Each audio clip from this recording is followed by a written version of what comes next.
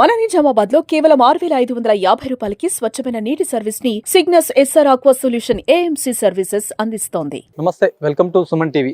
10వ తరగతి పబ్లిక్ పరీక్షలు అయితే ఈ రోజు నుంచి ప్రారంభమై జిల్లా వ్యాప్తంగా కూడా దాదాపుగా 23,000 మంది విద్యార్థులు పరీక్ష రాస్తున్నటువంటి పరిస్థితి ఉంది.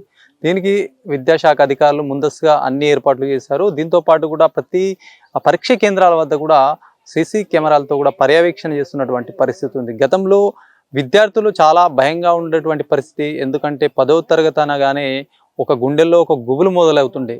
అప్పట్లో చాలా సమయానికి కూడా చేరుకున్నటువంటి పరిస్థితి. అప్పుడు బస్సు రవాణా సౌకర్యం కూడా చాలా తక్కువ ఉండే.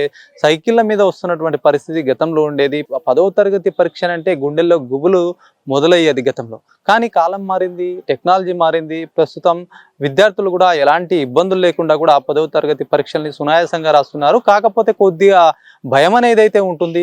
తల్లిదండ్రులు ఒకవైపు మోటివేట్ చేస్తూ ఉన్నారు పిల్లలకు. దాంతోపాటు విద్యార్థులకు గురువులు సైతం కూడా 10వ తరగతి పరీక్షలు అంటే భయం ఉండద్దు అని చెప్పేసి కొన్ని కౌన్సిలింగ్ సైతం కూడా వాళ్ళకి ఇస్తున్నటువంటి పరిస్థితుల్లో మొత్తానికి 10వ తరగతి పబ్లిక్ పరీక్షలు కూడా మొత్తానికి మొదలయ్యాయి. చూడొచ్చు, నిజామాబాద్ లోని దాదాపు 141 కేంద్రాలను ఏర్పాటు చేశారు. 22,915 మంది విద్యార్థులు అయితే మొత్తం పరీక్ష రాయడానికి కేంద్రాలకు వచ్చినటువంటి పరిస్థితి. మొత్తం సిట్టింగ్ స్క్వాడ్లు వచ్చేసేసి 141 మంది ఉన్నట్టు తెలుస్తా ఉంది. దీంతో పాటు ఫ్లయింగ్ స్క్వాడ్లు సైతం కూడా ఒక 6 మందిని ఏర్పాటు చేశారు అధికారులు.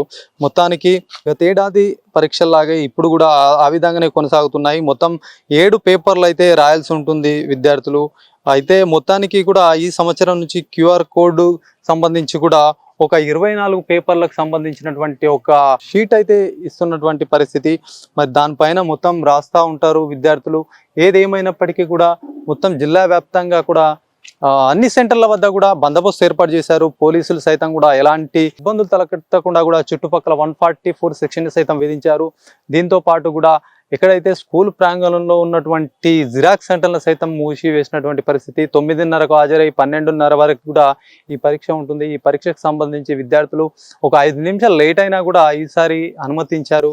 మరి మొత్తానికి కూడా విద్యార్థులు కంగారు పడాల్సింది ఏం లేదని చెప్పేసి చాలా మంది కూడా చెప్తా ఉన్నారు. విద్యార్థులు సజావుగా పరీక్ష రాయాలి. ఆ సమయం ఏదైతే ఉందో ముందుగా ఒక అరగంట ముందుకు ఏదైతే వాళ్ళకు కేటాయించినటువంటి సెంటర్ల వద్ద వస్తే ఎలాంటి ఇబ్బందులు తలెత్తకుండా ఉంటాయి. మొత్తానికి 10వ తరగతి పరీక్షలు కూడా విద్యార్థులు సజావుగా రాస్తున్నారు, హ్యాపీగా రాస్తున్నటువంటి పరిస్థితి ఉంది.